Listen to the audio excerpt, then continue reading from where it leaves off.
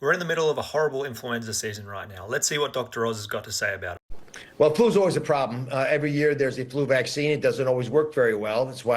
Okay, let's add a little context here. So back in 2014, the BMJ published an article where they looked at how accurate the claims were that were made on medical TV shows. And they found that the recommendations on the Dr. Oz show showed that evidence supported 46% of their recommendations, contradicted 15% of the recommendations, and was not found at all for 39% of their recommendations. If I were to do that in the emergency department and give people recommendations that is not supported by evidence, I'd have my license taken away from me. But let's see what he goes on to say here. You can take care of yourself so that when you do end up running into the flu, you can overwhelm it. As much as it's trying to overwhelm you, you do better. So yeah, I regularly tell my patients that they just need to overwhelm the flu.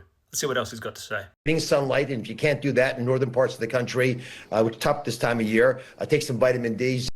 This paper published in JAMA did not show that vitamin D supplementation in children reduced the risk of viral upper respiratory tract infection.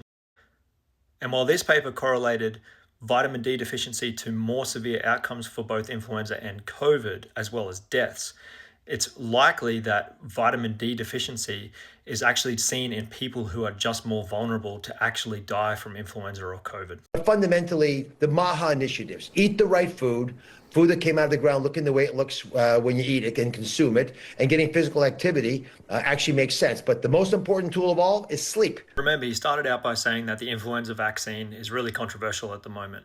The reality is, it's not. Maybe this is one of his silly claims again. This paper here, brand spanking new systematic review and meta-analysis of test-negative design studies published in 2025, showed that influenza vaccination was anywhere from 30 to 60% effective at doing things like keeping people out of hospital, keeping them off a ventilator, and keeping them out of the ICU from their influenza. I just cannot wait until our public health officials actually make evidence-based recommendations again.